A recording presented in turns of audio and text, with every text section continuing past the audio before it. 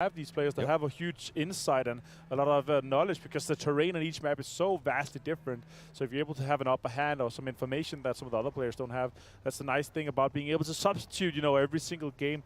The synergy up between the 5 guys are obviously very high usually. First airdrop collected here for Colsey for S2G. S2G representing here out of Turkey. Ooh, that is 7C gone down. That is not good for them. S2G being able to find that one. Race on screen, as you see. This 3-finger setup, it looks like. I forgot how wonderful that ghillie suit does look on the snow. Oh yeah, I love it. Taking advantage of it. It looks absolutely so amazing. hard to see players when they're rocking it and they're playing it as well. Like when they're super slow or move quick, then sit still. Shots coming in here from Race. A lot of G36 in play. I like that. None of this team is having to rotate yet. The circle hasn't fully closed. Alpha 7 did end up moving a little bit more north, kind of freeing the way up for Dem1 Kia. Team Falcons now positioning themselves between Alpha 7 and Dem1. That uphill, but Peshkova is going to be crucial for this. I could see a few teams, maybe even 3 or 4, trying to just rush that and prioritize having that, because it is quite heavily centered right now. More teams are trying to rush into some better angles. Right now, Enigma Galaxy outside the zone here, 7. It's not looking good for them. They have a far way ahead of them, and they have a few teams that potentially could be gatekeeping. Does Fabian know? I'm not sure. Fabian is just running in the open here. Rove could potentially take some shots, but he's waiting. Fabian could turn. He is inside the zone right now. Shots up. They're 3-2-1ing that one, and Freak and Rauf is able to take down Fabian quickly and disperse of that. Meanwhile, the last 3 players from Dem1 Kia, they're going to be rotating into the zone here on the southeast side and try to prioritize that. They're going to have to be careful. Alpha 7, Mafioso is going to be holding an angle there for his team, and he might be able to spot some of the players there from Dem1 Kia. Dem1 Kia already losing one of the players from Enigma Galaxy. Great action that we saw there from Enigma Galaxy, waiting for everybody to be on the same page. Now, Star Wars Esports stop getting knocked by S2G. S2G, we talked about this ghillie suit. It's really, really hard to spot. Can he take even more advantage of it, as he was able to knock top by surprise? Scree getting knocked as well from S2G. This is going to be a full S2G advantage, as they do have the numbers. We saw one of the players also trying to get it one of the angles too. Hamsi, Pika slowing down a little bit. Action there with him too. What a beautiful grenade there. Pika almost getting knocked, and there's going to be another nade going his way. He needs to be careful. Oh, almost 5 HP. The only thing that's currently holding him off. Molotov's being deployed for Colsey. He has a 3 vest, of course. Being able to get that airdrop really closely early on. That's a nice push here. That's a sweep around the edge for S2G. They could be pushing on that, trying to take down Scry, confirm that one. Meanwhile, see just a few players left. That is it for that. That is super well executed in that situation. Starboard has to back off, and it's just Action now. Get together with Pika inside the smoke. Action finds Race. That's important. Action with some more pressure onto the SG guys, helping out Pika. It's unfortunate for Stalwart, down to just 2 players now, not being able to... Oh, that's a big situation for them to take that one out. That vehicle could be crucial for them. Colsey with the Mark 14, so strong, even up close range. Pika trying to nade that corner 7. Yeah, these 2 teams are fighting for so long that I'm wondering if 7Cs is very... SCG and Star Wars Esports does continue. Star Wars Esports Action currently getting shot from the back by players of SCG. You can see Pika currently laying down Silas. Action goes down to Hamsi. Now Star Wars Esports, Pika trying to figure out what he's going to be doing here, waiting for the right moment. We do start seeing now 7Cs slowly but surely starting to come up.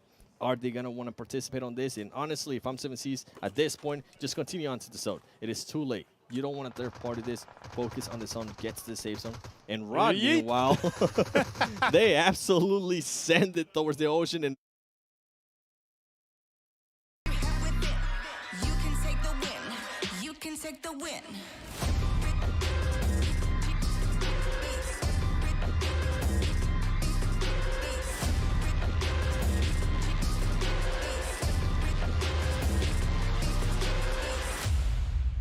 The future that you run from, hitting harder than a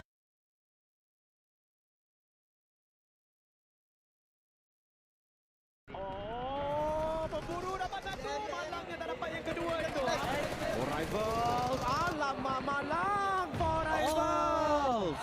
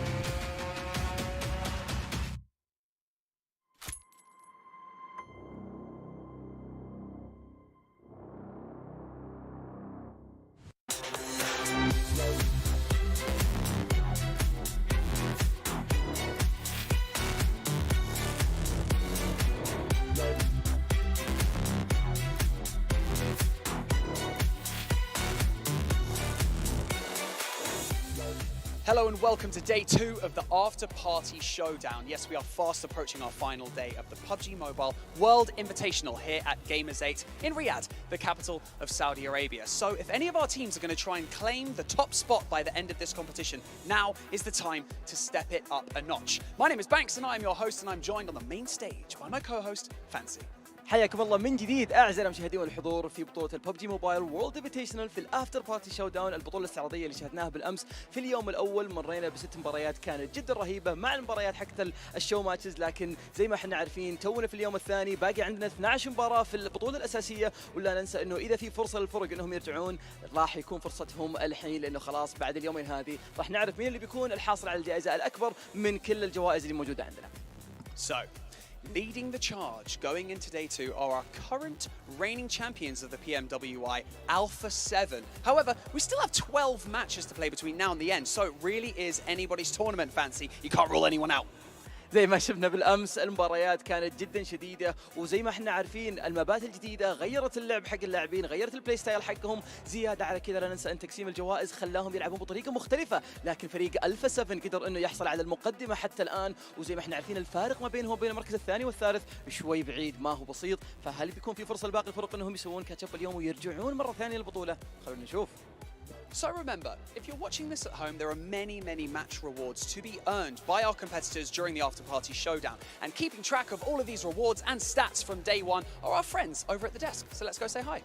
زي ما احنا عارفين ايضا ان تقسيمه الجوائز بما انها مختلفه، بما ان اللاعبين جالسين يحاولون يحصلون على اكبر قدر منها عن طريق البلاي ستايل حقهم، سواء انهم يركزون على اللعب الاجريسيف او سواء انهم يحاولون انهم يركزون على انهم ياخذون التشيكن دينر. لكن كذا ولا كذا ما ودنا ندخل بالتفاصيل هذه، لان التفاصيل هذه بتكون عند رصيد التحليلي. خلونا نروح عندهم يقسمون لنا الجوائز من جديد، يعلمونا ايش اللي ممكن يصير اليوم، ونشوف ايش اللي ممكن يتغير في اليوم الثاني معنا في بطوله الافتر بارتي شو داون.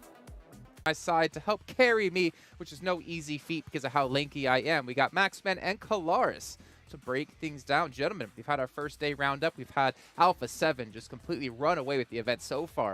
The question is, can they do it yet again here in day 2, Kalaris? You're looking at me the entire time.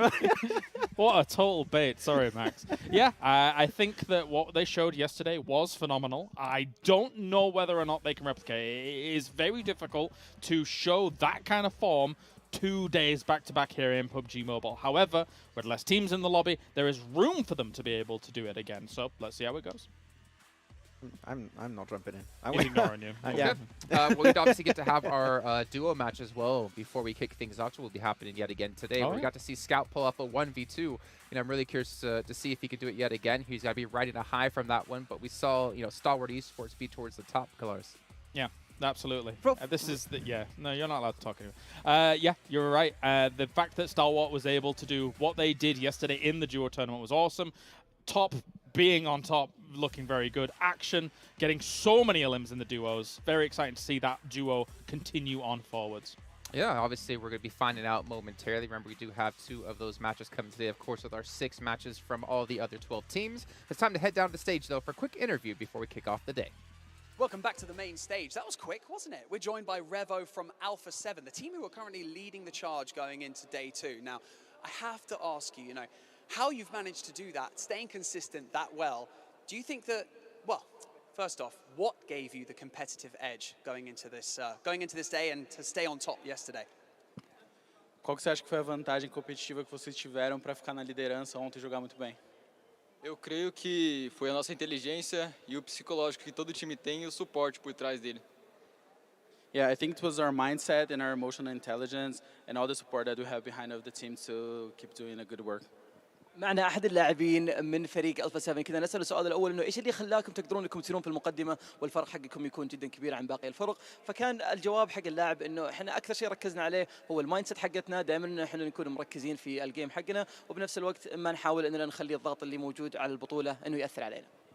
Well, intelligence will get you so far in competition. However, it seems like you have a new secret weapon because Mythic has recently joined your roster and he's been playing incredibly well. What do you feel he adds to the team dynamic? Além de tudo que você falou no começo, parece que o Mythic trouxe muita coisa boa. O que você acha que de mais importante que ele trouxe para essa evolução de vocês? Acho que a gente recuperou a agressividade que a gente perdeu no início do ano com a saída do Senab e eu acho que o Mythic trouxe isso novamente. I think we got back our aggressiveness. Like he's a very aggressive player, and when we lost Senna, we lost that kind of aggression, and now we have it back. السؤال الثاني كان متركز على اللاعب انه احنا عارفين انه المايند سيت حقتكم جدا مهمه وكل اللي قاعدين تسوونه الاستراتيجيه كويس، لكن بنفس الوقت اللاعب متك دخل معكم للفريق والشيء هذا فرق معكم فرق كبير، فايش الشيء اللي هو ادى او اضافه معكم للفريق؟ فكان الجواب حق اللاعب انه متك خلانا نقدر نلعب اجريسيف من جديد والشيء هذا كنا فاقدينه والان احنا قدرنا نرجعه ومتك بيساعدنا اننا نستمر على النقطه هذه. Well, like we said in the intro of the show today, you are the current reigning champions of PMWI.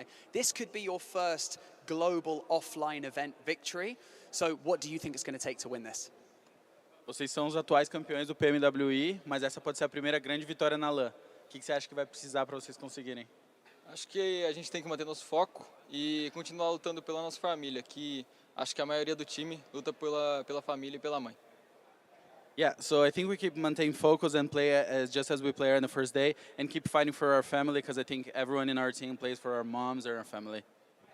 السؤال الثالث والاخير اللاعب كان متركز على انه ايش الشيء اللي بيخليكم تقدرون انكم تاخذون الكاس، بما انه زي ما احنا عارفين السنه الماضيه في البي ام دبليو اي قدرتوا انكم تاخذون الجائزه، لكن البطوله كانت اونلاين الان هي اوفلاين، فايش اللي بيخليكم تاخذونها؟ الجواب حق اللاعب يقول انه اكثر شيء ودنا نسويه اننا نركز على اننا نكون مركزين في الجيم، ما نحاول اننا نغير اشياء كثيره، وزياده على كذا احنا كل اللعبه اللي جالسين نلعب ونلعب عشان اهلنا وعشان امنا وابونا، فعشان كذا ودنا نركز على النقطه هذه.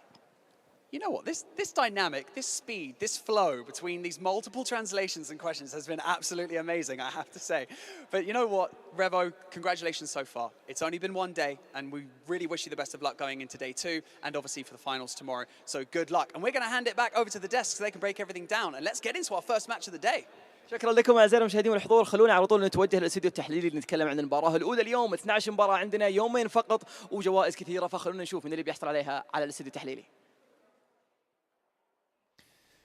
Interesting to hear Revo talk actually about Seta Texas, Sanab, whatever you want to call him. The replacement of him has worked out extremely well for their team, with Mythic coming into their roster, able to fill his shoes extremely well, obviously, as we have seen. And maybe, just maybe, we'll see Alpha 7 finally pick up their first LAN event, the first international LAN event, I should say. It would be amazing. Like, that was talking to Colaris. I'm sorry. Talking to Colaris. Thank you. Yeah, that's right. Because of course Revo and Carrillo are very much up there in terms of the top eliminations and stuff like that. But when you talk about a Mythic as well as Mafioso as well, they're still big heavy hitters. So there's a lot of room for this team to kind of flex out and do more damage. All right, let's take a look at the format. If you guys missed out yesterday, well, you did see exactly how things go down. There are 12 teams, no more 18. We've gone down to 12. Right. We've played 18 matches in total. But as you can see here, Colaris, Vikendi, Karakin, and Livik going to be in the pool. That's right. It was spicy yesterday when it came to all of the drops and how things were going to be playing out. Obviously, some teams, I think, even got caught a little bit off guard by maybe how fast the circle was going to be moving to be able to get themselves into the right spot a little later on. I think today they'll be coming in with a bit more of a fresher mind for a lot of this, being able to adapt to that. And maybe we'll see some more attempts at trying to be central as opposed to playing the edge, because the edge gets a bit dangerous on some of these maps with the circles moving how they are right now. Yeah, with the hardships we've had, it's been a little bit rough. But I'm looking forward to Vikendi, actually, just because the one we got to see yesterday, the zone was just super north. Yeah, I'm looking forward to Vikendi too, especially when it comes to potentially a castle finish. I know that there's not many of us here at the desk that are looking forward to something like that. But, you know, I'm keen. All right, we can see here the prize pool, $1 million on the line. But as you can see as well, the match rewards, it mostly comes from this, the individual awards you win within the match to get you extra money. But at the end of the day, well, at the end of tomorrow, $60,000 goes to that first place team. So let's actually take a look at our match rewards and see how people get this kind of money. And Maxman, I'm going to let Colaris take this away because you can see $10,000 for chicken dinner. Oh, we can't do it too long. He's going to, look, he's actually sat down on the floor now. You've not seen him, but what does Max think, eh? I can't see the graphics from down here. I don't know. Where's the graphic? Oh, there it is. Okay. It's back. You know, you got that, of course, $10,000 per chicken dinner coming into play. Yeah, thank you so much, Max. But Colaris, what about... No, great contributions, yeah. Okay, we're going to have to talk in the green room, guys. No, that $10,000 per chicken dinner, of course, really came into play yesterday. Definitely. We talked about it, especially for Damwon Wright from South Korea. And not only is it going to be complicated to replicate for Alpha 7 their first day, I think this entire situation of day one only having 3 teams taking home a win, that's really something very outlandish. So today in particular, I think we're going to see a lot of new teams get their first win and potentially ride that high and get even better You would results. hope so, right? Yeah. Especially considering how things played out. I mean, something that was a little bit abnormal was actually that Vikendi match. It really didn't feel like a Vikendi match to me because of the fact that we had such a northern circle. That's not the typical land for Vikendi in the kind of middle of the map. So, yeah, we'll see. Yeah, and at the end of the event, obviously, we're giving money out to different players and potentially duos as well. At the end of tomorrow, we'll have our best duo team in points. We get extra 15K added to their tally. Of course, the fan favorite vote as well, going to be going on currently over on social media, over at PUBG Mobile Esports on Instagram. But you can see there's a lot of money to win, even 20K for the best team presentation. If you missed out on those yesterday, there are a couple of them extremely good. I think in general, our talent team was pretty consistent, pretty much on the same level of who we thought was the best. I think I picked Rad for 3rd, but nobody else picked Rad for 3rd other than me. I liked the throne that they created, but STE and Damwon, we were big fans. I think I went for Alpha 7, me on the 3rd position, because no one uses the pickup feature in-game, so imagine using it outside the game. So I was like, whoa, actually, this is really outlandish. This is cool.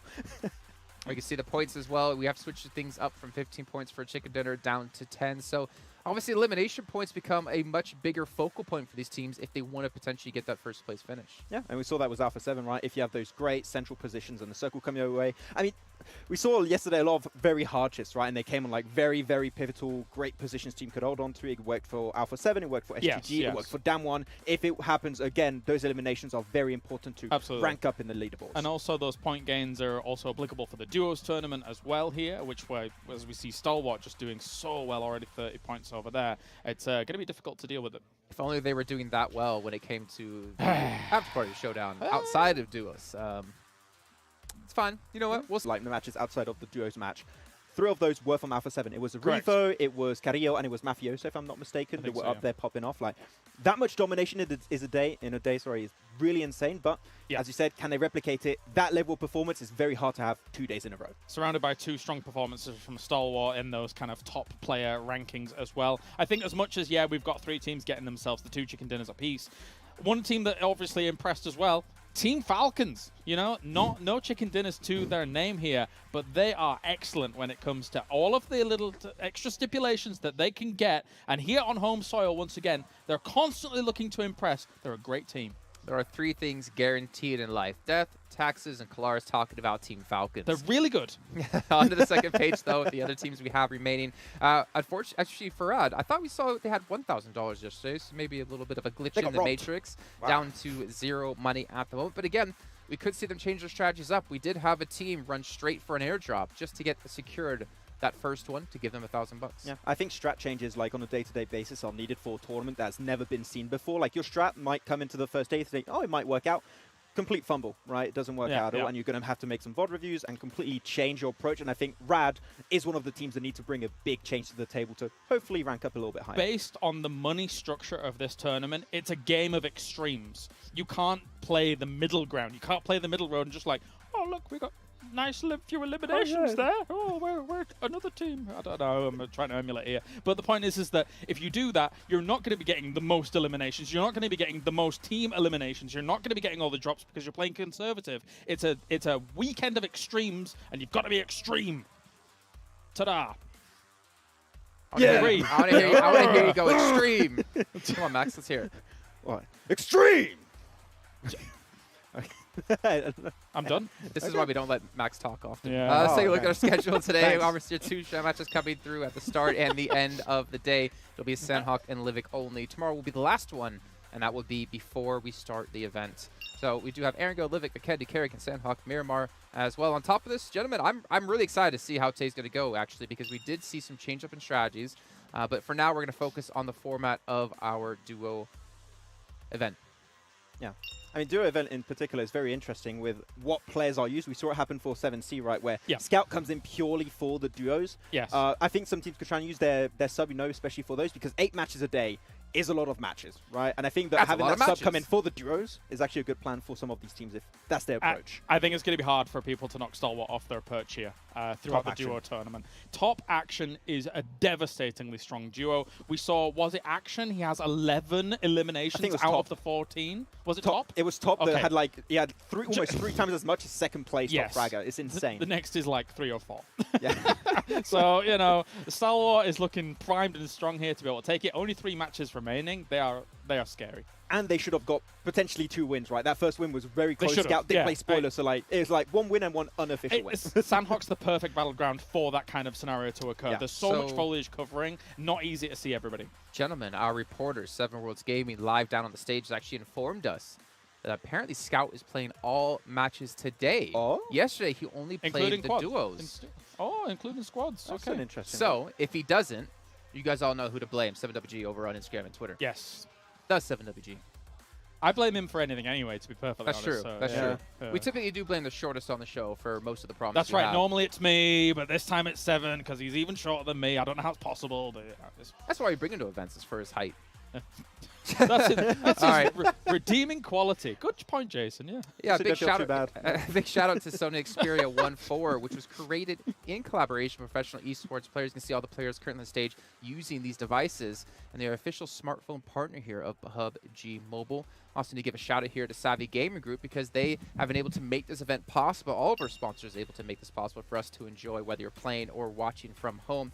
And last but not least, the fan favorite player. I talked about it before. You guys just need to head over to the PUBG Mobile Esports Instagram page and give likes and leave comments about your favorite teams. Currently, if I'm not mistaken, Scout was winning, but obviously we'll find out when we do finish off this event. I can see over his shoulder, we got about 50 seconds until we are into game here. We're going to be heading over to Sandhawk yet again. Gentlemen, it's going to be 7 Worlds Gaming and Avenger to walk you through Scout 1v2ing for the win again. Thank you, Jason. I'm actually hoping that happens. You know, there was a lot of non-believers for Scout, although you and I were the ones that believed in him, especially you. I was just kind of hoping that he would clutch it up, but I wasn't too much of a believer. We'll see what they're going to end up doing. With the duos, though, if we're actually going to talk about 7Cs, that duo has been playing it super, super slow, and they have been playing that snake roll, just waiting for all the other teams to fight it out and trying to sneak their way into the zone. We saw it almost backfire yesterday with Scout just barely being able to get into this zone and then clutching that 1v2 that we ended up seeing against Star Wars Esports. I wonder if they're going to continue to play that kind of strategy, just super slow, try to snake your way in, and then just wait for the right time in third party. Yeah, I'm really interested to see how it's going to lead out here in our show match for the start. The duo is always a really fun take on how things can run out, and of course, with the domination we've seen from Starlord so far, is it going to continue? Are we going to see some creative things? And also, to your pleasure, Seven, we are playing Sandhawk twice in this time span of us casting 4 games today, so that is super exciting. But for this one, and especially here for the duo, only being 24 players, there's a lot of space coming out here on Sandhawk. So all the players, they should be getting their favorite setup and be looted to their teeth. Yeah, there's going to be so much room for them to loot, to just wait and see what's going to be happening with the later circles, too. I mean, even yesterday, and we're talking about that, and guess what? There's already a knock. Even though there's 24 players, a team decided to just hot drop, and it's going to be RA Esports and S2G. And RA Esports, it's already out within the first minute yesterday. Avenger, it took us at least 5 minutes to get 1 elimination, and that was with the actual full 12 teams, 4 players. Right now, less than 1 minute, and we already have a team out in RA Esports. Yeah, and it happened so early here. You know, like we were just expecting the drops to just evolve, and STG was able to just completely close them out. We actually get a quite nice circle here. This is a more of a rare one for Sandhawk, far northern one. Tadmog is decent still. Paradise is decent still. So that's obviously the good start for this one. Again, a huge thank you to Sony Xperia for joining us here for Gamers 8 and PMWI being our official smartphone sponsor. On screen you have Alpha 7, Revo, and Carelio. And I was going to mention, wow, for everybody that's currently watching, watch PMWI together in-game esports center with your friends to win PMWI special sets. And don't forget the PMWI packages are on sale for a limited time. And you can also win PMWI treasure crates if you play PUBG Mobile during PMWI Now, I'm looking at the stats from yesterday in regards to the show matches, and I believe this is the first time that S2G is able to get some eliminations on the board for this matches. So that's good to see, and you can see right there how it happened. Silas being able to get the high ground. One of the other players from RA Esports didn't even have a gun yet, and he switched it on him too. Wow, okay, Silas. I appreciate that. I appreciate the aggression right off the bat too, even though you guys have so much room. QBU unscoped as well. That's kind of crazy. All right, Falcons here as well. Looting, it's obviously Yusuf and Powerful, amazing players. They've been doing quite well so far throughout the tournament. And as the guys in Des were mentioning, and they were talking about, well, mainly Jason and Kylaris was talking about, they didn't give much talk time to Max in that case. You know, cheering on Falcons and them being able to do well in our main after-party showdown. Obviously, here we are in the show match. Yeah, before we actually got to Saudi Arabia, I got a chance to... Oh, you know what? I'll tell you in a little bit of Rod. We were talking about Rod starting to change it up a little bit. Guess what? It's not going to work their way as Damwon Kia. Fabian being able to get the knock and getting the finish there on one of the right players, and Munir is going to just try to back off, try to do the strategy that worked out yesterday for Scout and 7 Seas. Play that snake, play that patient role. Now, what I was going to tell you, I got a chance to share an airplane with Kalaris, and he was telling me Team Falcons is definitely going to surprise a lot of people, and so far he has been right. Yeah. And obviously, them being able to do this well without winning any chicken deals, that's kind of amazing, kind of surprising. So that's great, him constantly cheering them on. And obviously sometimes Maxman get to get a little chat here and there. He's been pretty accurate on some of his points as well. I actually liked some of the points that he was making. Also, you know, cheering on Starlord, cheering on these guys. Yeah. And, you know, I agree. We've seen some crazy things from Starlord. And actually, they've been super impressive throughout. Also here in the showdown, it's just been insane how well these guys are able to play. Yeah, I mean, we saw what Top was able to do yesterday, just being able to smack everybody that came close to him. That shotgun in Livik is just absolutely insane. And that's one of the matches, too, that I'm going to be keeping an eye on for today, because Livik, it's so small, it's so compact, so many third parties, so many angles that you can pretty much see across a majority of the map. And once you get close, that shotty is just absolutely unstoppable. And you were saying Maxman does like Star Wars Esports. He also likes Damwon Kia. But so far in the duos, I mean, Damwon Kia hasn't really been able to do much. I think they're currently standing in the 10th place for the duo standing, with Star Wars Esports being in first place, followed by Enigma Galaxy and 7 Seas, obviously, with that win that they were able to collect yesterday. Rod Munir, we saw what just happened to Desha 999. He's going to slow down a lot, and you better believe Damwon Kia is looking for that extra player. They're looking to get that extra point.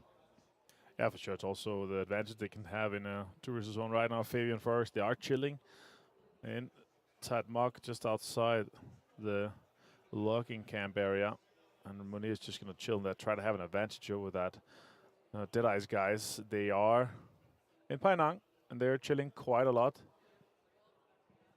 And yeah, we're obviously looking at some more passive playstyle here. And as Kalaris actually mentioned here, it is very much the two different edges we see. You know, we are having two extremes, as he was pointing out. And it's the same case here for the duos, right? You want to be able to get as many points on the board. It is 10 points for the win, 6 points for second place, and obviously 1 point for the eliminations, the same as the main stage of the after-party showdown is. So you see quick fights at the beginning, then it slows down, and people are really considering how to salvage if they're losing a few players, or how to get the most out of every single game. And for Alpha 7, it's really worked out well. And I've been super impressed with them, you know, also picking up Mythic, one of the best players coming out of Rise Esports from Brazil.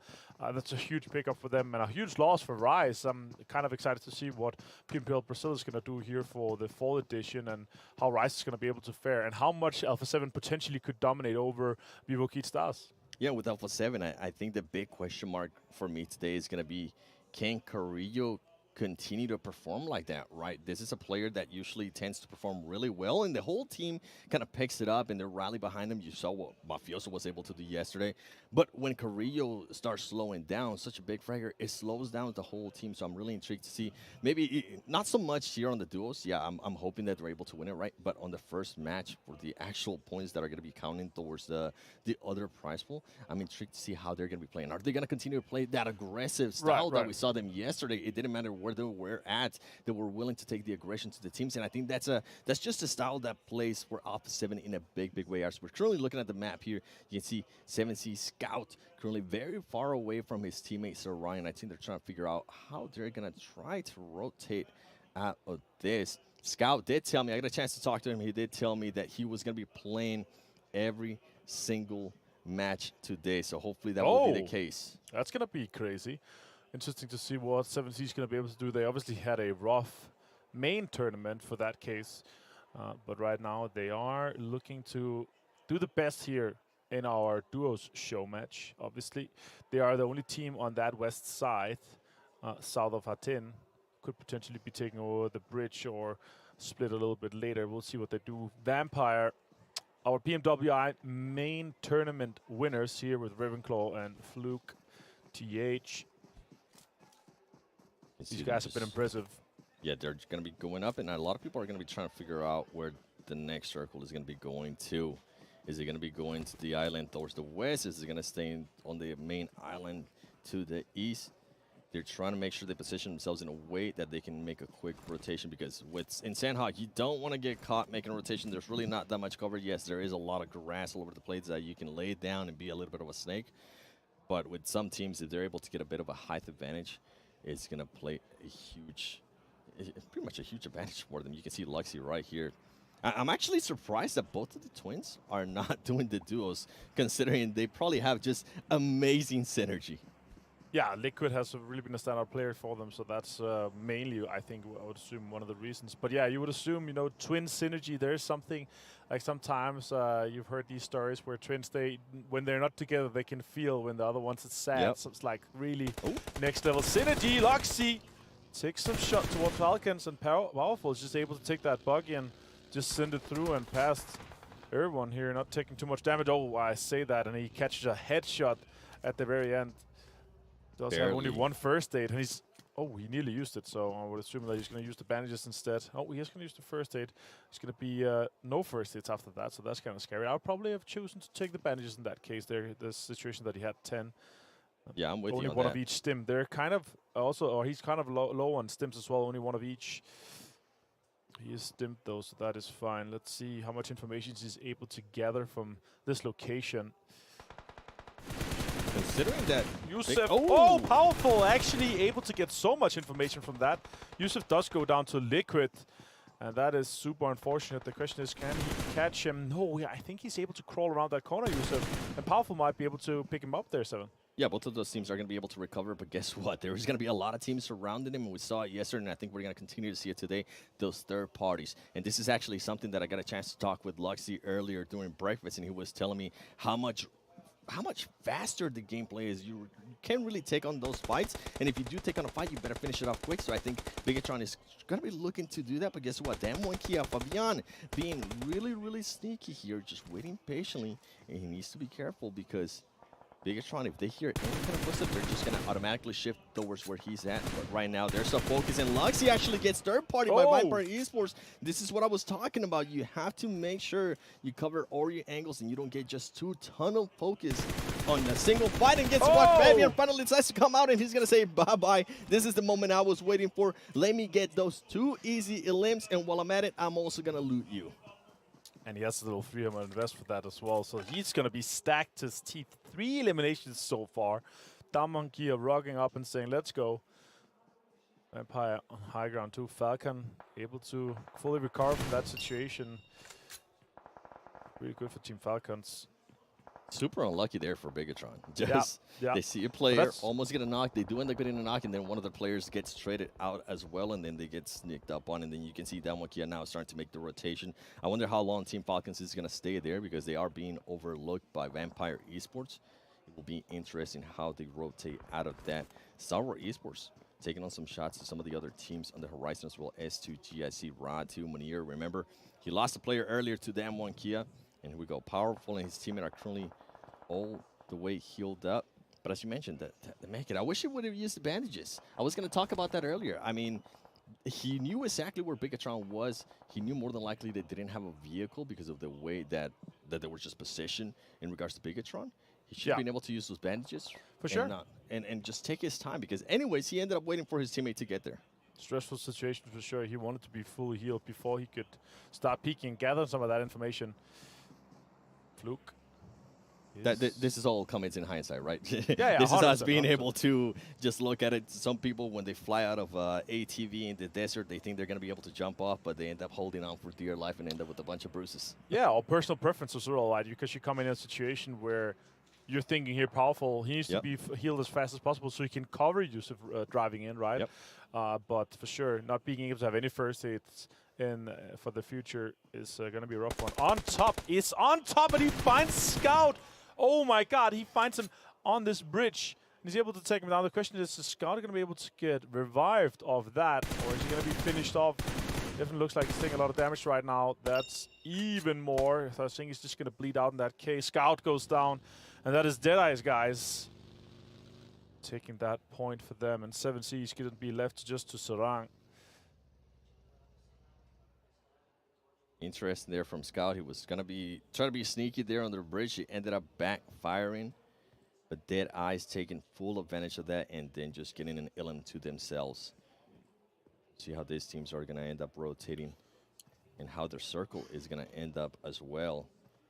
Deadeye's Joker just looking around, trying to see what he's going to happen. And then ultimately for 7C, Saran being so far away from Scout ended up helping him. As we're looking at the map here, you can see Alpha 7 towards the north. They are taking their sweet time. There's nothing really to worry about. And this is what I was talking about earlier too. How many teams are just positioned in that intersection? See S2G, you can see the player from Rod. And who's going to benefit the next circle that we are going to be getting here? Enigma Galaxy currently playing a really slow. This has been their pace as well. Looting in boot camp, seeing what's left. And oh, this circle's a good amount there of the river.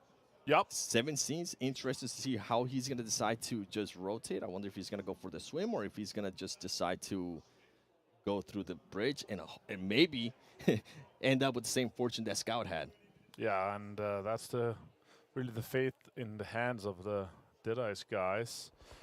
Two interesting things is that we have these two compounds. They are in play, and the two high ground and or the one high ground compound, one low ground compound is kind of interesting. The one above the bridge on that southern side is really interesting and could take a lot of control. Now Ravenclaw is pushing, and top is the last player for Stalwart. See a lot of teams coming in from the east here. We're just looking on and seeing right now. 7C is being able to get some revenge there on what happened to his teammate earlier. Saran being able to spot at least her from Deadeyes. Is he going to be able to spot up Joker? Oh, the grenade ends up bouncing on the top. Did he realize that? I think he did. He started backing off a little bit, and this is how action ended up getting eliminated to Ravenclaw from Vampire Esports. There you see Deadeyes, sir. I think he has been spotted. Can Saran get this nade and just ultimately get the Ilum? They are going to be getting pushed by the zone. He is able to cause some damage, but he's not able to get the elimination. He's going to be able to heal up. He just keeps going from tree to tree. Yeah, Joker just have to try to do something here. Shots, ooh, connecting just a little bit. Salang can move with the circle and then maybe take on Joker just a little bit later. I think it's unfortunately it for on top. He's going to be bleeding out to the blue zone in this case. Damonkia lost one player. Fabian's on the ground. Kirill also knocked, and Revo further away. Utility could be used and could be connecting. That's a potential big one. Ooh, does some damage. I think Kirill is going to go down though. And it's effectively a 1 versus 1. Fabian still alive. Revo with 3 more grenades in hand. Revo just letting those nades rain. I think Rio might have been able to just relay some information in regards to the footsteps that he was able to hear close by before he ended up getting fully eliminated. And this is going to be an interesting 1v1 here between Forrest and Revo. Who's going to take it? I know a lot of the Brazilian players carry momentum, regardless whether this is a show match or not. And take a start of Hoven, as we're saying that. Guess what? Yusuf and Team Falcons, Powerful, are going to try to third party this fight. Forrest with the DBS, can he get some shots? He's able to get some shots. He gets the first knock. Can he get the second knock? He needs to back off because he did end up getting a little bit of damage by the nades. And ultimately, Powerful from Falcon. Too much with those nades, and now Revo's looking to be able to third party that and hopefully get some elims from Team Falcon. 6 nades now.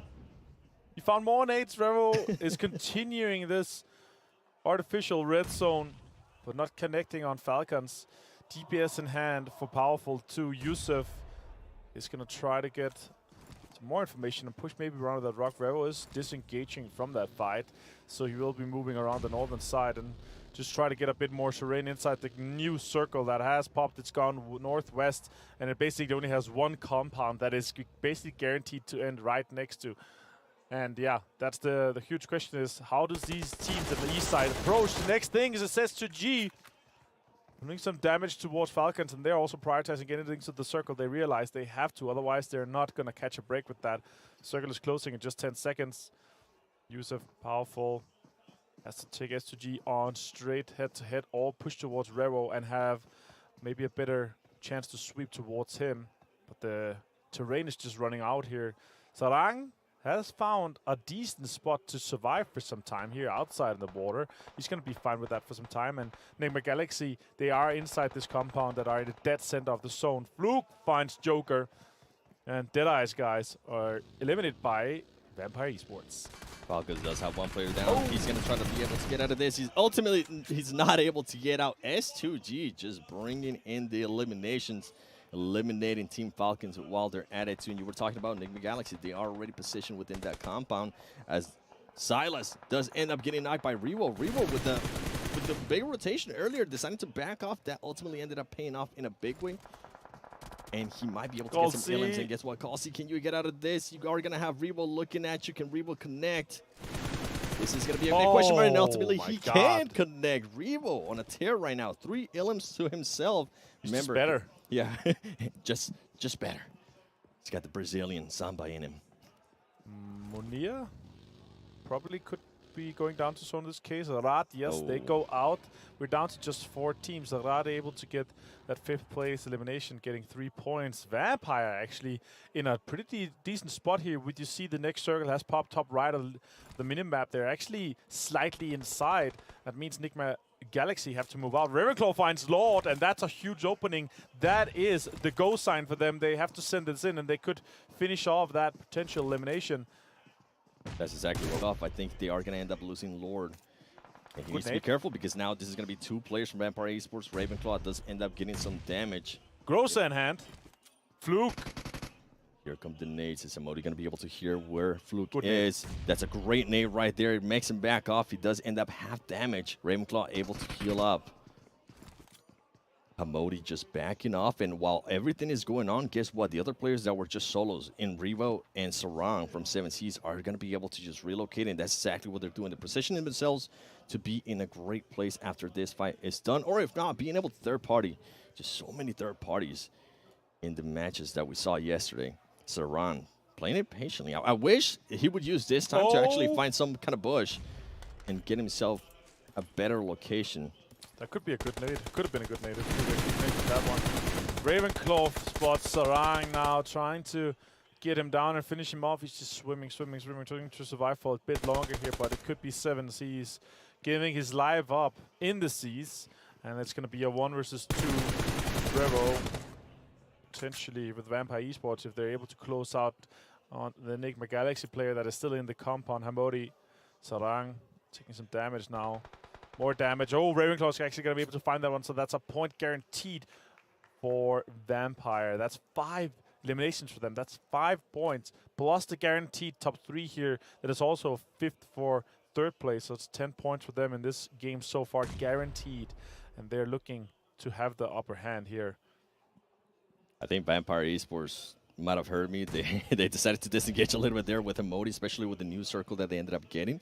And keep an eye on where Revo and Sarang was. We saw what just happened to Sarang, and now they're trying to spot Revo. There's going to be a lot of utility use here in regards to grenades, and Hamoti's Gonna pop some smoke grenades and try to get out of here. Oh, Ravenclaw being able to follow Rebo. Now it's gonna be a 2v1. We saw what happened yesterday. We had seen teams and players being able to clutch that 2v1. Can Hamodi do it here? He's not gonna be able to do it. The grow side just way too much. Vampire Esports gets the win on this first show match for day 2 at the After Party Showdown PMWI. Wow. What a match there for Vampire Esports, being able to get themselves 17 points. That's definitely going to push them up to the top, because this was a team that only had 1 point after 2 show matches. Great showing there from Vampire Esports. Yeah, I just had to adjust to the format being only 2. They're used to being 4-man strong, right? And when you adjust to that, you can definitely tell the mechanical skill is through the roof for these guys. Really well executed. And with that Grossa in hand, there is not much to do against those guys. It's super easy with that last spray down. Yeah, when you have that close range DVS, Grossa, you just try to back off. Just try not to get in the way. But overall, great play. I'm actually surprised Rebo was able to survive that long. He played it out really well. You called out when he started rotating. That ultimately being the best thing that could have happened there for Alpha 7. Yeah, exactly. All right, guys, we are ready to go to the match standings here, sponsored by HTC with our desk. Let's see how much Maxman is going to be able to talk for this one. Well, the correct answer is none. Maxman is currently ill in the restroom, puking. Oh, he's back. No, he is here. He'll be talking the whole time, actually. We're going to go the full other way. So, Maxman, take it away. Analyst and host. Oh, no, everything now? Okay, that's fine. We'll take it. Yes, congratulations to Vampire Esports taking himself the chicken dinner on this game. And not a very easy push to take on to Enigma Galaxy. We were talking about it a little bit before, right, Kalaris? Like, Enigma Galaxy had that compound for the longest time. And yet the fact that Vampire are able to take that location away, remain as a 2-man squad, and keep the other teams at arm's length was a very big achievement for them. So great from Vampire, but we also see that Alpha 7 are still popping off. They still got the groove going. They're just so hot right now. Let's put it that They're way. Pretty good. Yeah, they're in every facet, in every phase of this tournament here for the second weekend. But yeah, watching Vampire Esports hold this down, lock this down. I mean, it doesn't help the other teams around them as well that are grosses in hand as you go into some of these final moments. Very difficult to deal with their position. Well, we're past the halfway point, though, for the duos tournament, as we have only 2 matches left to go. One at the end of the day today, one coming up at the start of the day tomorrow. So if you are a team trying to catch up to Alpha 7, well, this is one way to do so, at least for Vampire Esports. So not too bad out of them. Do we have a second page? No, we don't have a second page, I believe. Because under 2 points, we want to see people under 2 points. I will say, though, a little bit unexpected. Oh, we do? Hey.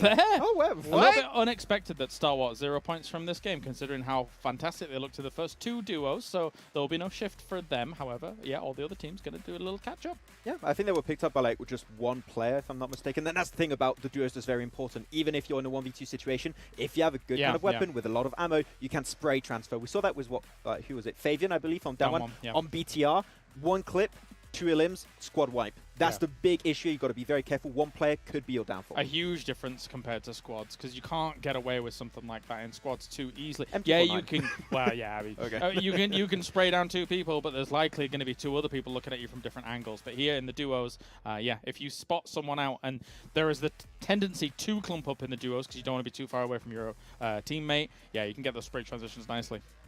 Well, we're obviously going to be seeing more of that as well here. Vampire Esports, you know, if we think about outside of duos and think about the whole event in these 2 weeks, doing a fantastic job taking the main event. But going back into the After Party Showdown, they've looked a little bit lost. Now, to be fair, there obviously are, 7 new teams, but you've had like 3 days of play already. You've had your 18 matches. Sure. Technically 4 now. I think there was glimmers of hope for Vampire when it comes to the squads tournament here for the After Party Showdown, because they took such a strong spot in that first Erangel game at the start of yesterday.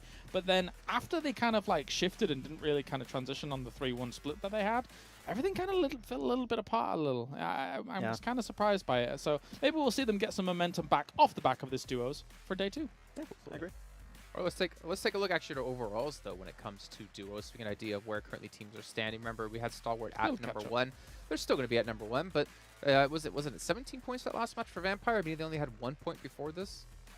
Yeah, I think that was very close to exactly how many they got. So yeah, Vampire, really big step up there from there. But then with Galaxy, actually pretty consistent. Without a single chicken dinner, pulling somewhat of Falcons here, but in the duos match, no chicken dinner really needed. Just get some elims, some placement points, and you're good to go. Yeah, and because there are so few elimination points available here in the duos tournament, getting a chicken dinner is such a boost across the 5 games that they're going to be playing. I mean, yes, Enigma Galaxy with a nice little bump up as a whole, but the fact that Stalwart is still kind of that 10 and 9 points ahead of them, that's actually quite the leap here in this duos tournament. And it's actually really good because when you see a team get a win, typically then a very strong position, right? A very good compound, a good overlooked position. And normally breaches are very hard because you have like 4 players taking multiple angles, all like just overwhelming you with like angles and power. That's right. Here you only have 2, so it's a lot easier to shut down those like crashes and to just get the eliminations off the back of it. How do they overwhelm you with 4 Colaris? He was he did this. We didn't see it on camera where they was doing it, but it was good. It was good. It's true. I did hear the roar as well. By the way, at the start of these highlights as well, the fight in Paradise, the fact that he finished it off with a QBU, some extra tap-in potential at the end, love it, because it's not exactly the easiest close-range weapon to wield. Yeah, and also you did that they won it. They lost it yesterday on the first match in Sun Off. Right, S2G did go out early, so a little bit of vengeance here coming into play. So S2G looking hot yesterday, and also seemed to potentially start off well in the duos. Yeah, and the thing is, right, we looked at Alpha 7 yesterday. Their duos, they didn't fare too well. Obviously, doing a lot better when it came to the Afterparty showdown. Stalwart Esports, I mean, they were top. They did well in duo. They didn't do so well when it came to the rest of the event. I'm curious to see if they can bounce back. As you guys did obviously miss out on yesterday, we had only 3 teams take chicken dinners. So that means each of them got 2 apiece. That is a fantastic start for any of those 3 teams. However, if you're one of the teams trying to catch up, it's a little bit rough now. I would say, though, yesterday is a very big outlier. Like, the circles were rough. Like, a lot of the time you would see, like, BT in a good position, R8 in a good position, Stalwart sometimes be in a good position, then hard shift, half shift. And I think that that's something teams need to work on today, is being able to adapt to those rough situations. If so, a win could happen. But I still think we saw some consistency somewhat from Stalwart, right? Getting a few points, but not able to quite get the win. Yeah, if we see the same tendencies today, we said it at the top of today, in fact, that teams might need to navigate more central and try and play from their edge. If we're getting all of these hard shift constantly across all of these battlegrounds, sorry, but there's too many battlegrounds to try and account for trying to go for wide rotates and trying to get into edge circles constantly. So a central position might work out better. You know, one thing we've not really discussed whatsoever, and I want to touch on really quickly, was the fact that in-game leading with all of these new maps coming into the pool, and of course with the change to how the zones work, that is extremely difficult to do. And we saw Alpha 7 just be so consistent throughout the entire day. You got to be an encyclopedia of PUBG Mobile. Encyclopedia. An encyclopedia. But going from 6 battlegrounds across the whole day. And so an understanding as well in terms of, even as I've already used it as an example today, but that Vikendi circle, it's not a typical Vikendi circle.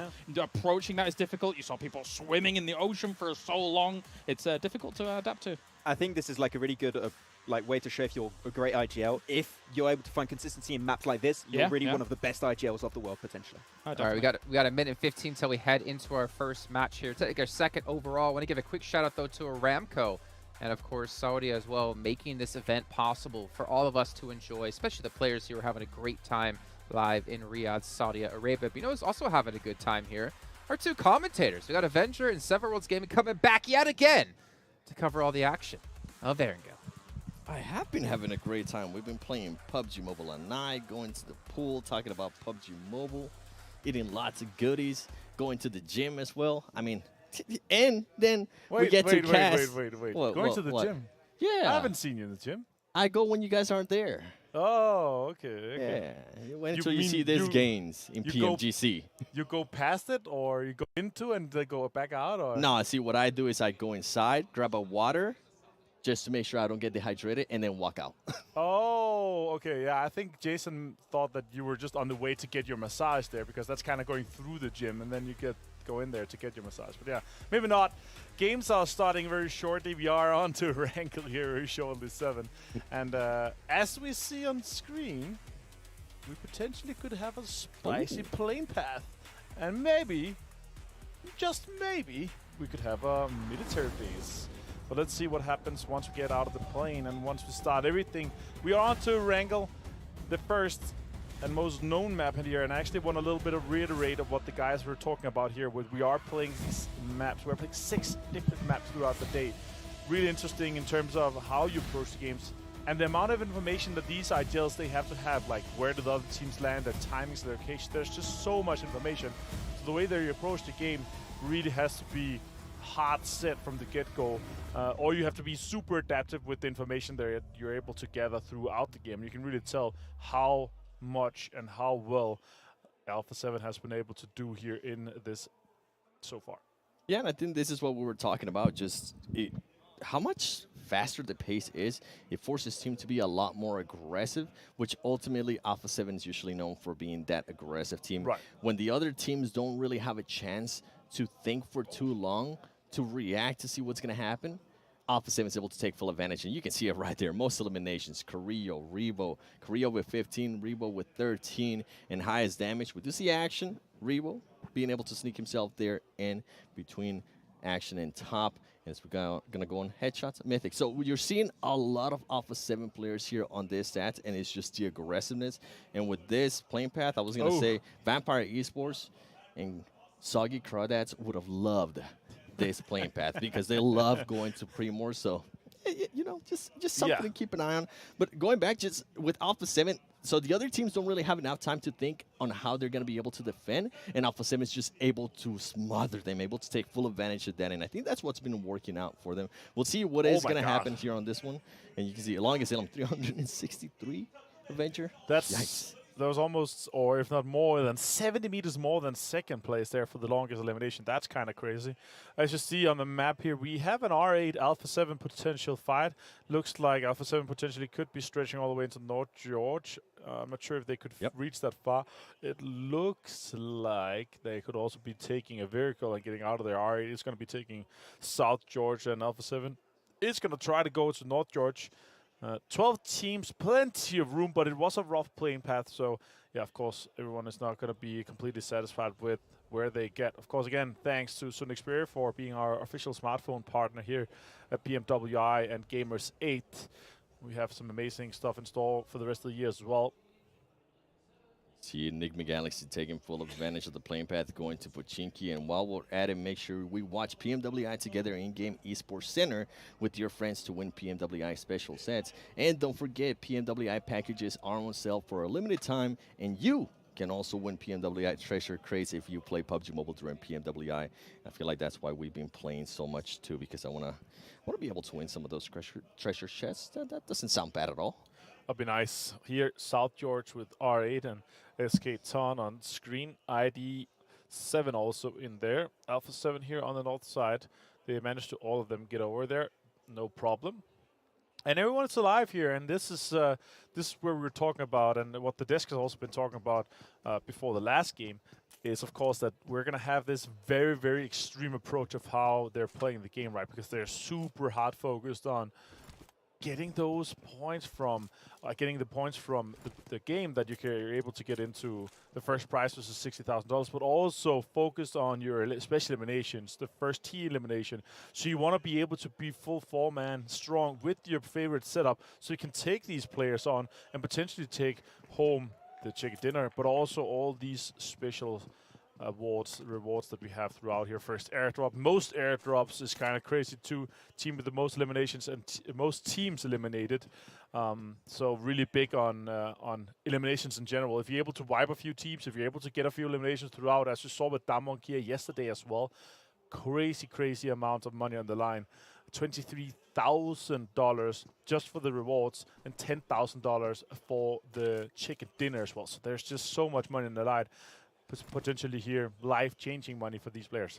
Yeah, we saw some of the players yesterday actually, in a way, change their style of what utilities they tend to use. I think it was one of the players from Alpha 7 and some of the other players from different teams too. We saw a lot more grenades, and that's because they're trying to go not only for that first special elimination, but for the most special eliminations. And I can't wait to see what nades we're going to be seeing today, or which teams are going to be running each other over with the vehicles, because that does count towards it. We're currently looking at Enigma Galaxy here. We saw that yesterday as well. Sanok, with how much they tried to get that runner a kill, but he was just ducking and weaving, getting away and surviving that. He ended up just having to try to get him completely limited instead, and that was actually super fun to see how much they're trying and focusing on it. Of course, it's important. There's a lot of money on the line. Yeah, usually if you go the first time around and so many of the enemy team is right there, you kind of stop. But I think that was in the back of his head. He was like, you know money. $2,000 sounds really nice for this kind of elimination. Ultimately, he didn't end up getting it, but they did end up getting that squad wipe. Team Falcons, Kalara's favorite team here, currently just looting just Naya. And I was going to mention, with so much space, right, with all these teams, just only being 12 teams, we do end up getting some fights where we have like super looted teams. Right. Especially with a lot less hot drops that we are seeing today. I think yesterday we got a chance to see a lot more.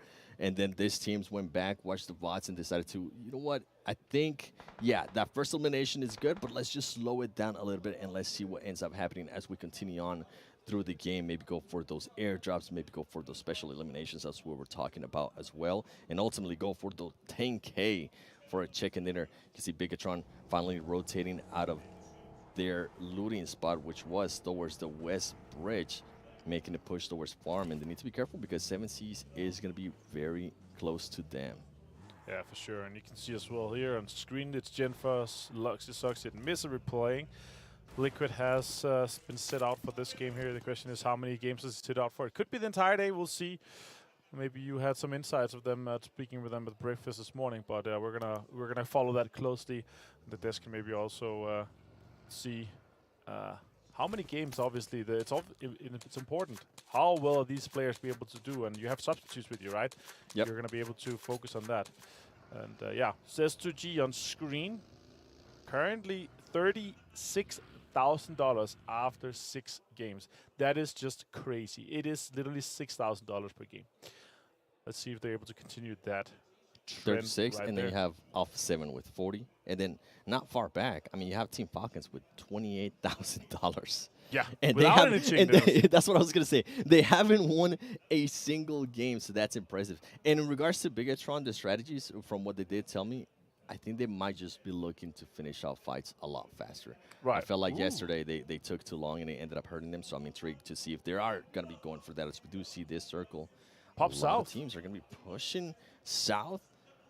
Going to be seeing Damwon Kia trying to make a push there from screen. And guess what? Deadeye's being able to spot somebody from Damwon Kia. Sir is going to be very close to them. He closes the door. Wow. He needs to be careful there. Good movement.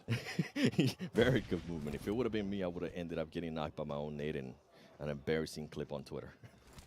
Let's not hope that's going to happen. Let's see what Damwon Kia is going to be able to squeeze out of this one.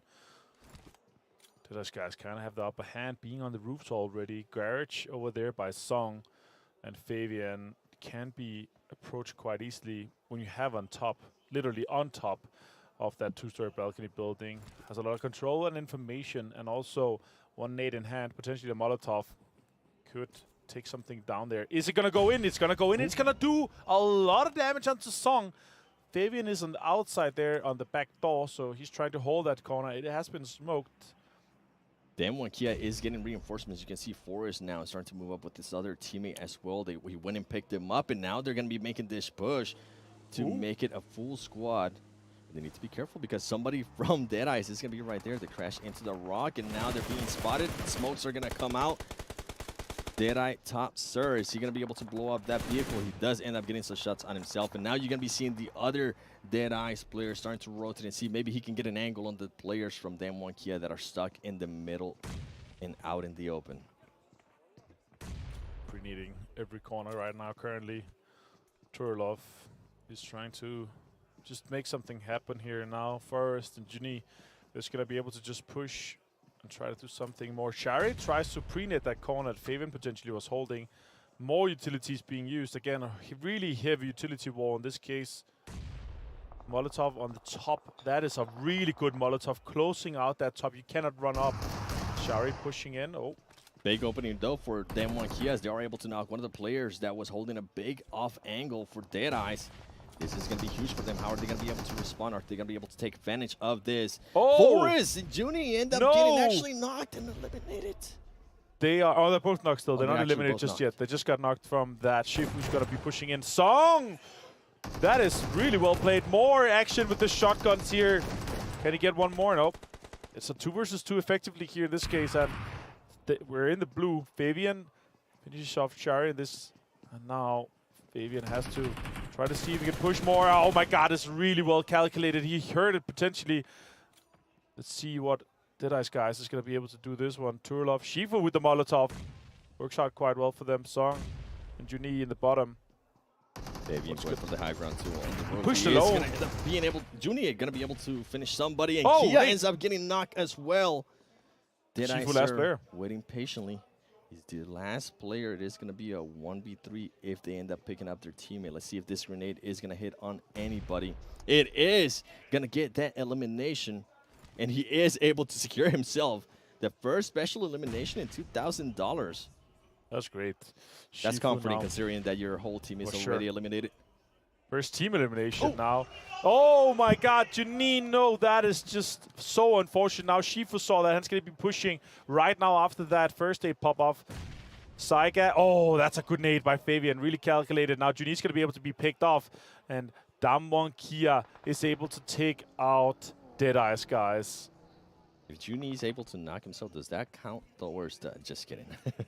Imagine if it does. We are seeing a at replay that. here from S2G and Star Wars Esports. Star Wars Esports already eliminated Deadeyes. Guys, we just saw what happened to them, eliminated as well. First team elimination for them, $5,000. Yep. Being able to close that one out, that was great to see. Now 7C on screen here, 7. They're going to be rotating in. The circle has popped, and it's kind of centered on Milta and the compounds around it on the north side. That's why you see 7 trying to get into those. They have Enigma Galaxy ahead of them. Falcons 2 in the distance. Aladdin a little bit far away from his teammate here. He needs to be careful because all the other teams are going to start trying to get just a little bit closer to Milta, get an angle, and see if maybe they can third-party any of those teams that might be out in the open. And guess what? Scout was right. He is currently playing this match as well. This is the actual non-first show match that he's going to be playing at the after-party showdown PMWI. You can see Enigma Galaxy slowing it down. I think they have realized that Rod was getting an off angle on them. Is Lord going to be able to capitalize on this? He's trying to go for the headshot. Oh, he thought about it. It was lined up. That would have been sick. 7C. Inside the north side of Milta, I kind of like that. They have a good amount of control here. The question is, where does the next couple of circles go? 2-2 split with that warehouse and that garage building, flat top. Vampire on that northwestern side, actually holding out the dirt road. Freak finds Dasha with a headshot. That's huge. An R8 is going to be pulling up on the high ground tower on that west side on the farm. They're going to have some control there. And now we're really seeing more teams trying to get in and focus on getting those placements locked down. 2 stops, taking some 2 shots towards the compound. All right, one of the teams that didn't really have one of the best day ones, they're looking to turn it around. Let's see what this new circle is going to end up looking like. You can see Damwon Kia after being able to eliminate Deadeyes. They did end up losing 2 players, but those Ilims, I bet it feels good. And this is a team that can definitely slow down their play and just wait and see what the other teams are going to be doing. And look at that right there. Bigatron, in a way, blessed with that circle. And it's interesting to see how some of the other teams are going to be reacting to that, because if we really try to predict, I think it's going to go straight down in the middle where there's absolutely no cover, Avenger. Huge amount of field there. There's a big wide compound in the center. Shots coming in for Prestige. Takes down Colsey with a headshot. Nice aim from this young man. He's able to connect a few more. And they obviously know that now it says to G. They know that they lost players in the kill feed earlier, or elimination tracker in that case. Colsey is going to be having to heal up a 2 R8. Are they going to push aggressively on that, or what is going to happen? I think he was just readjusting his buggy. I thought they were actually going to go for the push. Yeah. I was hoping that they would. Prestige just trying to hold the angle, trying to see if anybody's going to hop on that car, and SGG trying to figure out how they're going to be able to escape this. It seems like their car is still intact. It might have all of the 4 tires. Tall guy, you see, his helmet is sticking out of the roof. That's basically Jason driving around his cars. So that's what it feels like being tall and driving. He has to have a sun top roof, you know, like has to be popped off. SGG. Oh, he got knocked out. That is so unfortunate. Try to go for that center shack. More shots comes toward Colsey. Can they get him? Bandar connecting a little bit, but not enough. Colsey's going to be able to go into that. But now they have this information that there's just 1 player left from SGG. They could push that. And Rad is going to have that information too. They are sitting pretty in this compound. We were talking about that big white compound in the center with the fields around it. Now Rad, they're pushing out some nades toward him. I think he's inside the shack. He's going to have to be very precise to hit those nades into the shack. Vampire now on the move. They're going to be moving on. Bigatron trying to back him off with some shots too. Team Falcons might have been able, I think it was Powerful, might have been able to get some shots off as well to Vampire Esports. Vampire Esports continuing on with that rotation. They are going to stop, and it was powerful. Getting an angle there on that rotation from Vampire Esports. Bigatron is going to be keeping an eye on Vampire Esports as they are very, very close to them now. They do have a 3-1 split at the moment with Bigatron. I think one of the players, that one player, Suxy, that was far away, I think now he's starting to get a little bit closer to his team. And now we're looking at Alpha 7 against Damwon Kia. Keep in mind, Damwon Kia, only 2 players. Ooh, that's a good Molotov. It does block off that doorway, but I think he was in the stairway and on the other side. 7, they're going to have to cross, and you see here in the back, 7C is over there, and they could be filling in and maybe sweeping in behind Alpha 7. So Rever was right now on watch duty. He's going to have to get the information for the team to make sure that they don't get pushed from behind. Circle is closing here. The teams have, majority of the teams have managed to get in. We only lost Dead Eyes, Gas, and Stalwart so far. So it's going to pop 7. It goes hard southeast. I was way off. I thought there was going to be, in a way, not that many buildings around. Guess what? Alpha 7 with the rotation, that's going to be wonderful. Damwon Kia is going to be super happy too. Rod couldn't be in an even better position, but they are going to have to be careful because R8 more than likely is going to be looking to take that compound. Bigatron is going to be rotating from the north down south, and they might try to crash on some of the buildings there too. Vampire Esports, Team Falcons, just so many possibilities in Team Falcons. More than likely just trying to wait, see how some of the other teams are going to be rotating and trying to get some kind of elimination as they are rotating. You can see Spray God there being shot at as he was trying to make his way towards that building. Scout trying to spot somebody. The rough setup though, only a 1 helmet and 1 vest. 30% damage reduction, that offers only less durability. Mafioso takes some damage. He has a 2 vest and a 3 helmet, so he's happy. He's going to pop a first aid. So let's see what Falcons is able to do from this location. They're going to have to push on to the Enigma Galaxy guys. They're going to have to smoke to get all the way over there now. A lot of teams is going to have to push in from this northwestern angle. Vampire, Bigatron, Falcons. Not a lot of space to accommodate all those teams. Not a lot at all. And you can see SGG there being eliminated by R8. And now R8 getting shot at by Rod. Bandar getting eliminated with the nade by Rod. We knew that push was going to happen at some point, but it's an interesting push from R8. You guys can't currently see it, but the players are actually, you can see it, the players are just so spread out. I think they were trying to see how they were going to be able to approach this. I wish they would have been a little bit closer because now they're going to have to be careful with some of the other teams that are being rotated from the north. We talked about it earlier, Bigatron. You can see Prestige here having to make a push, trying to revive his player. And meanwhile, Bigatron and Vampire Esports are slowly starting to sneak their way in. Rod able to realize that. And now Sadat just laying down and waiting patiently.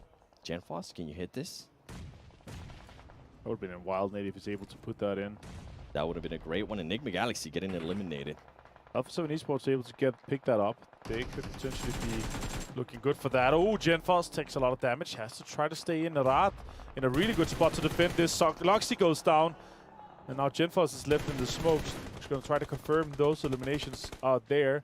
And now Soxy, Misery inside this building here. Sword Desha has to relocate. Has to try to get up. Gets one more. Stat gets down Soxy. Munir is able to defend this. Misery's on the top. With a DPS in hand, Desha could be pushing that. And Genfos is still going to be alive.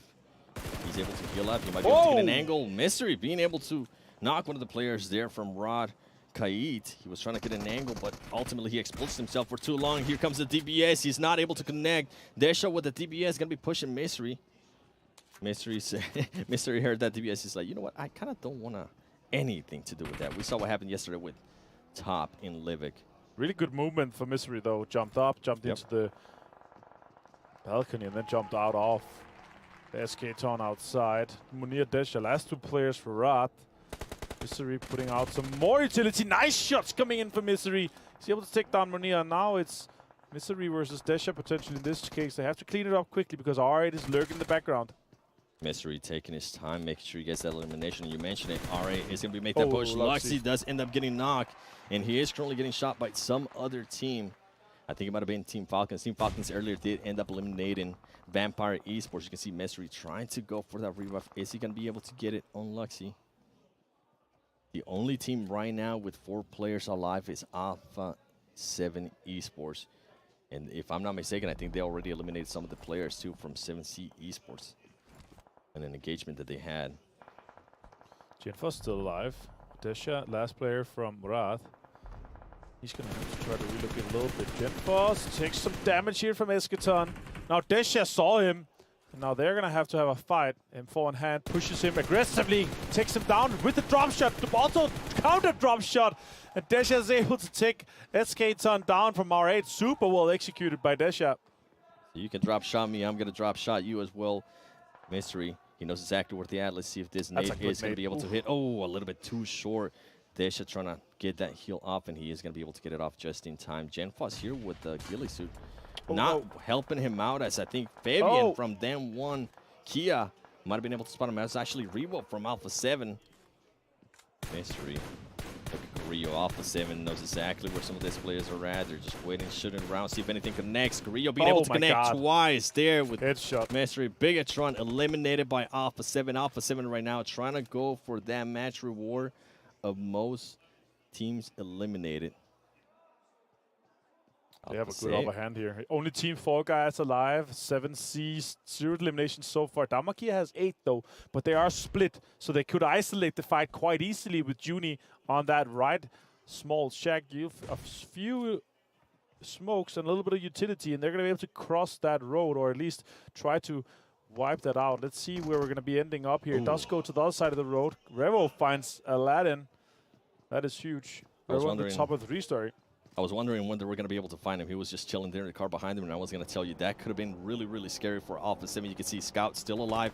We know how sneaky he can be. Can he survive this? He ends up getting out of the car, laying down, popping those stars. Smart play there by Scout. Carrillo just shooting at the smoke, seeing if anything connects. And here comes the push. Alpha 7 against Dam 1 Kia. You know, Dam 1 Kia is going to have those DBS at the ready.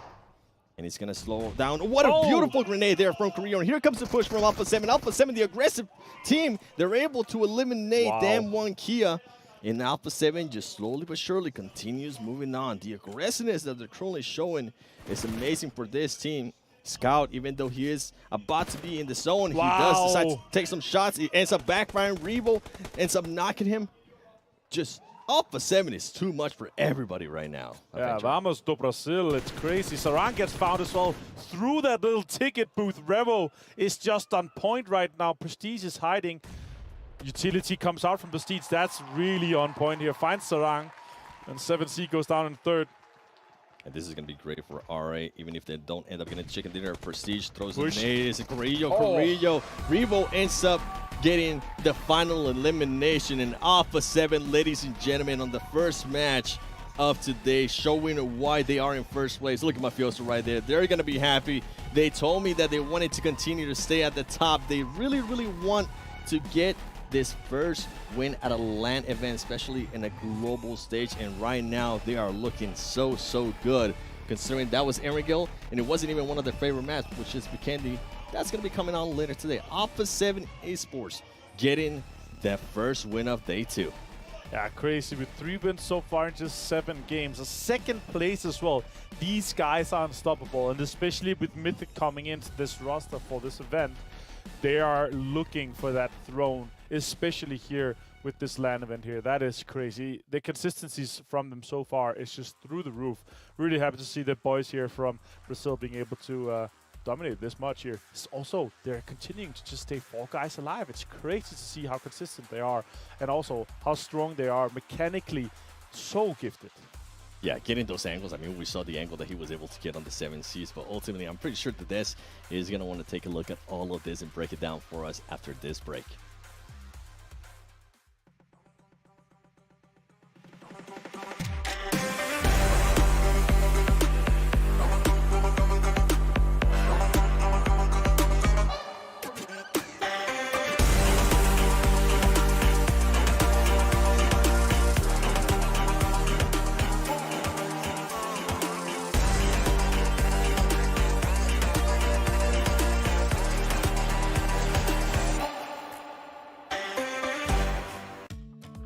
مع التحديث الجديد لستي سي بلاي تجربة جديدة للكل. لو جوك دايم تحديات نافس وانضم للبطولات، استكشف الشات والتايم لاين وتسوق من متجر التطبيق. الليدر بورد على تفاعلك بالتطبيق، والجوائز الأسبوعية والشهرية على نظام النقاط تنتظرك. ستي سي بلاي، مهما كان جوك هذا محلك.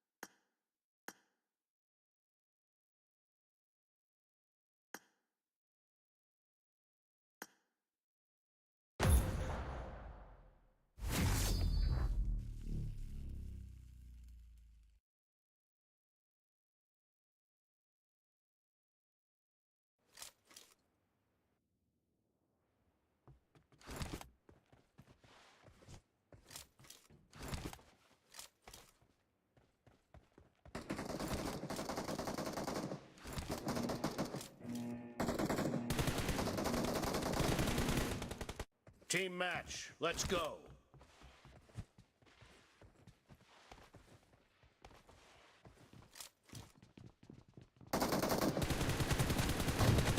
The blue team has scored for the first time. Cover me. Enemy down.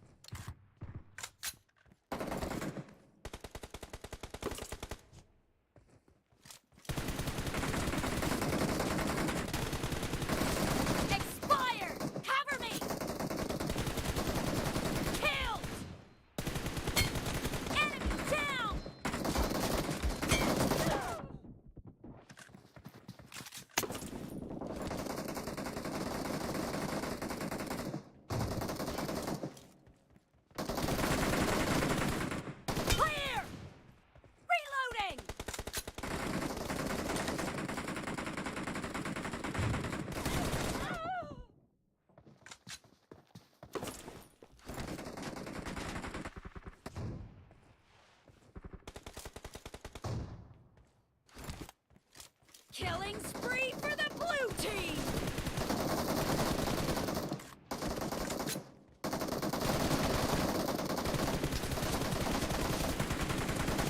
Cover me! Expired!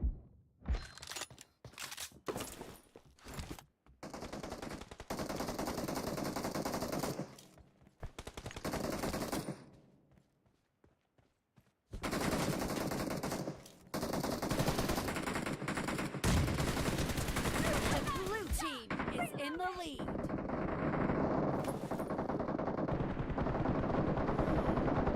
Killing spree for the red team.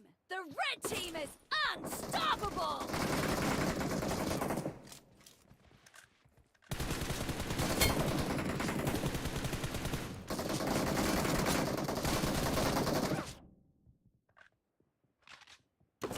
I need a weapon.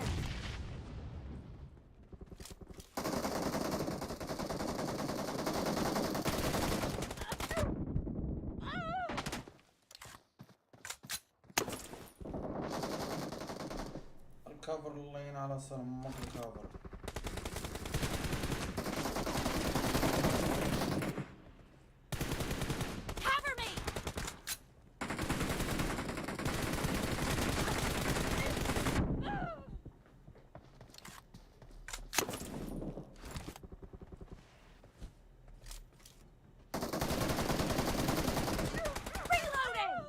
I got supplies.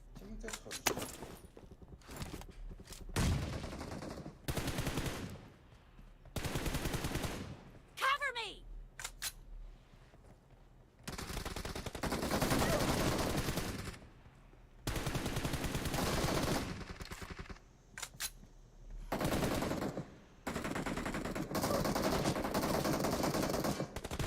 Killing spree for the red team!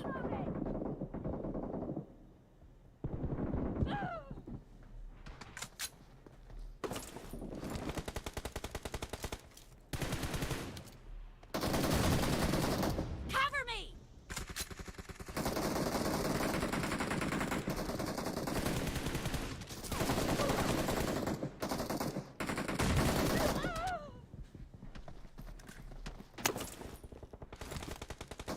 Great! You're about to win!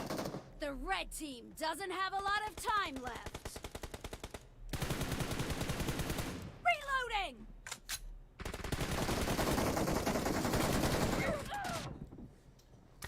دير كفر الله يهديك.